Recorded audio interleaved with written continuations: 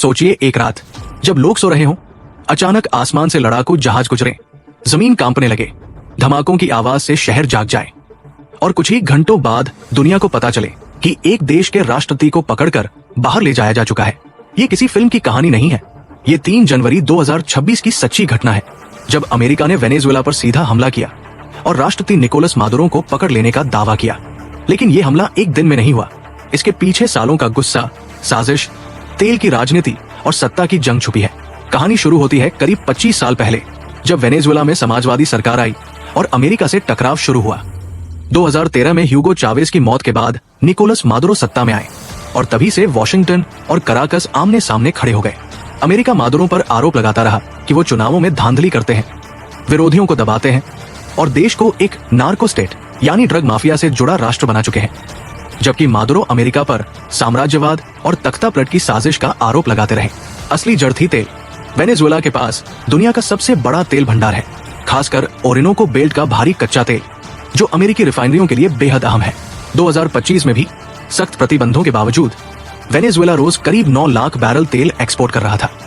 जब तेल से कमाई घटी तो सरकार ने सोना और खनिजों की माइनिंग बढ़ाई, जहां अवैध गिरोह और हथियारबंद समूह एक्टिव हो गए और अमेरिका के आरोप और मजबूत हो गए कि देश की दौलत अपराध को पाल रही है।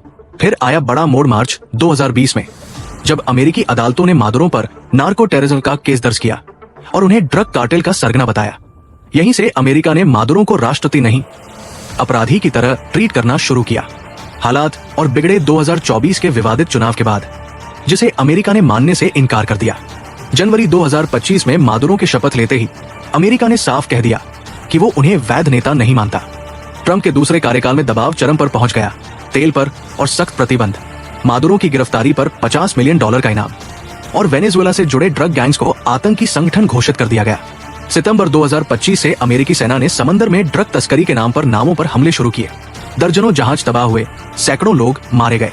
दिसंबर 2025 में पहली बार सीआईए ने वेनेजुएला के अंदर ड्रोन स्ट्राइक की और साफ संकेत दे दिया गया कि जमीन पर कार्रवाई आने वाली है।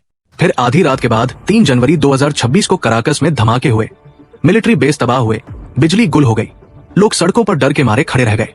कुछ घंटों बाद ट्रंप ने ऐलान किया कि मादुरो और उनकी पत्नी को पकड़कर अमेरिका ले जाया गया है, ठीक वैसे ही जैसे 1989 में पनामा के तानाशाह नोरिएगा को उठाया गया था।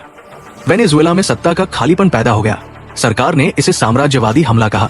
दुनिया 2 हिस्सों में बंट गई। क्यूबा, रूस, ईरान ने अमेरिका की निंदा की तो अर्जेंटीना जैसे देशों ने समर्थन किया। असली सवाल अब यह है कि क्या ये हमला ड्रग्स के खिलाफ जंग थी या तेल और सत्ता की आखिरी चाल? और उससे भी बड़ा सवाल, जब ताकतवर देश किसी नेता को अपराधी बताकर उठा ले तो अगला नंबर किसका होगा? क्योंकि वेनेजुएला की ये रात सिर्फ एक देश की नहीं, पूरी दुनिया की राजनीति का खतरनाक मोड़ बन चुकी है।